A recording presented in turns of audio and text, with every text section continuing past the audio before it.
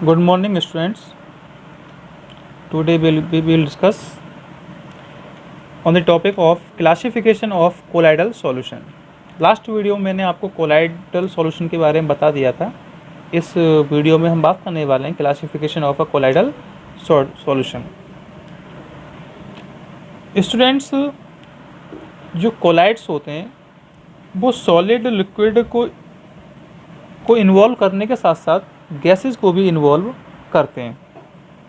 इसी वजह से कोलाइड्स का फिजिकल स्टेट के बेस पर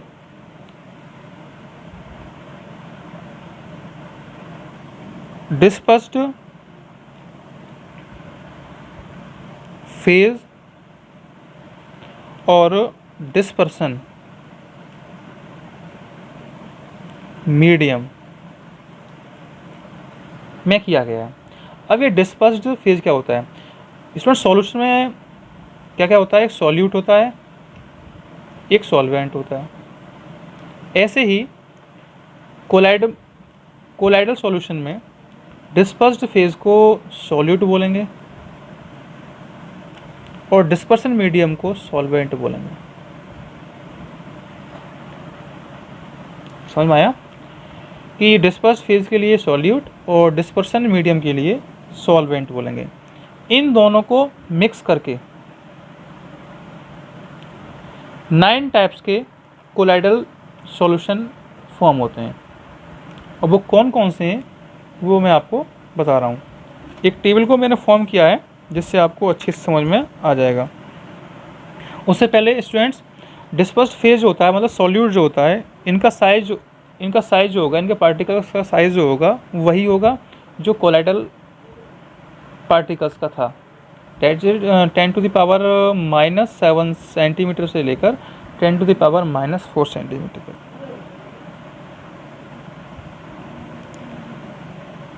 ठीक है, अब बात कर लेते हैं डिस्पर्सन मीडियम। और डिस्पर्सन मीडियम क्या होता है स्टूडेंट्स? जैसे सॉल्यूशन में सॉल्वेंट होता है, ठीक उसी के इक्विवेलेंट ये होता है। अब बात करते हैं स्मोक की या फॉग। तो फॉग में स्टूडेंट्स क्या क्या होता है? कार्बन के पार्टिकल्स होते हैं, इसमें पार्टिकल्स ऑफ कार्बन होते हैं, पार्टिकल्स ऑफ कार्बन और एयर। इन दोनों को जब मिक्स कर देते हैं तब क्या बनता है? स्मोक बनता है या फॉग बनता है। तो इसमें पार्टिकल्स ऑफ कार्बन को तो बोलेंगे हम dispersed phase, that is solute, और एयर को बोलेंगे हम सॉल्वेंट। ऐसा क्यों? बिकॉज एयर की क्वांटिटी ज़्यादा होगी और जिसकी क्वांटिटी ज़्यादा होती है उसे हम सॉल्वेंट बोलते हैं, जिसकी क्वांटिटी कम होती है उसे सॉल्यूट बोलेंगे। ठीक है, जैसा मैंने आपको बताया था। तो ये टेबल है, इसको थोड़ा ध्यान से पढ़ेंगे स्टूडेंट्स कि जो डिस्पर्स्ड फेज है वो सॉल्यूट होंगे, जो डिस्पर्सन मीडियम है वो सॉल्वेंट होंगे। इन दोनों को मिलाकर जो बनेगा वो कोलाइडल सिस्टम होगा। और ये एग्जांपल्स हैं। तो स्टूडेंट्स, जब डिस्पर्स्ड फेज सॉलिड होगा और डिस्पर्सन मीडियम सॉलिड होगा, जब सॉलिड को सॉलिड में सस्पेंडेड किया जाएगा तो क्या बनेगा? सॉलिड सोल बनेगा, सॉलिड सोल। अब इसके एग्जांपल जो हैं, जैसे ये है जैम स्टोन।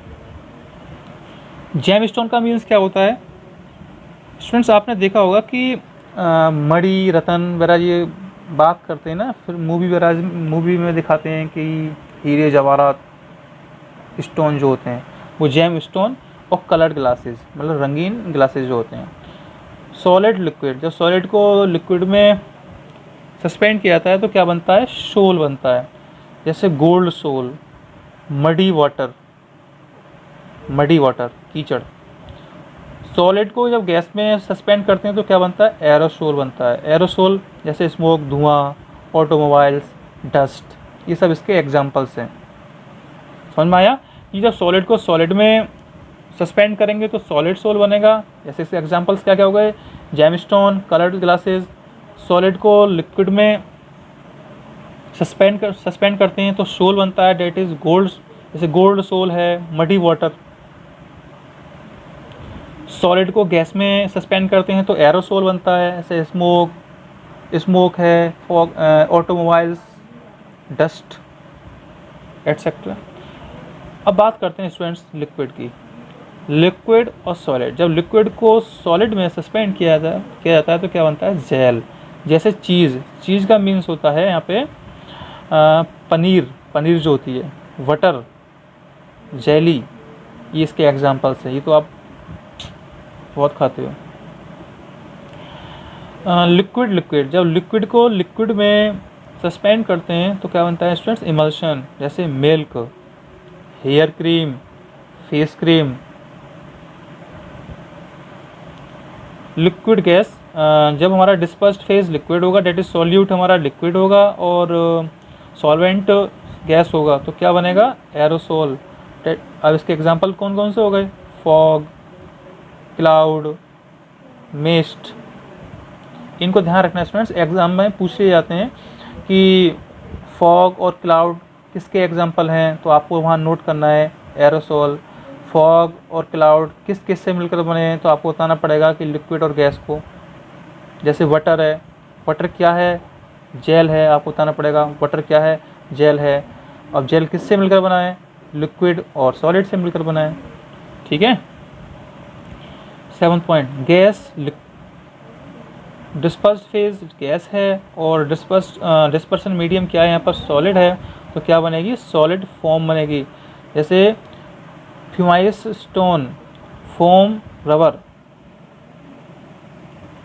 स्टूडेंट्स ये भी एक स्टोन होता है, इसको बोलते हैं हिंदी में झामा पत्थर। फोम, रबर, फोम मतलब स्पंज टाइप जो होता है, और रबर आप जानते ही रबड़ होती है। गैस, लिक्विड, जब डिस्पर्स्ड फेज गैस हो और डिस्पर्सन मीडियम लिक्विड हो तो क्या बनेगा, फॉर्म बनेगा। फॉर्म का मीन्स हो गया वेव्ड क्रीम। वेव्ड क्रीम का मीन्स ये होता है कि सेविंग क्रीम जिसमें झाग बनते हैं। फ्रोथ का मीन्स होता है झाग। स्टूडेंट्स, जब डिस्पर्स्ड फेज गैस हो और डिस्पर्सन मीडियम गैस हो, दोनों गैस हो, तो कोई भी कोलाइडल सॉल्यूशन नहीं बनेगा।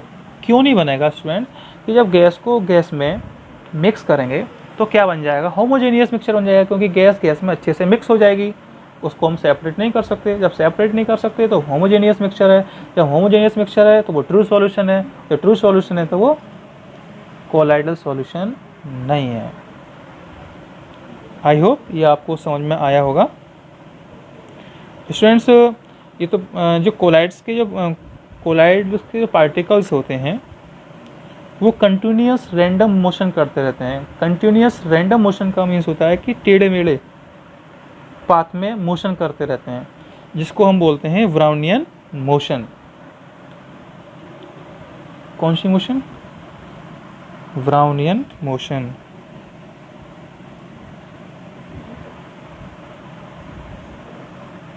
ये मोशन कौन सी होती है, जिसमें पार्टिकल्स जो हैं टेढ़े मेढ़े मतलब जिगजैग, कभी इधर कभी उधर कभी उधर, इस तरह से जो रैंडमली मोशन करते हैं, that is called Brownian motion.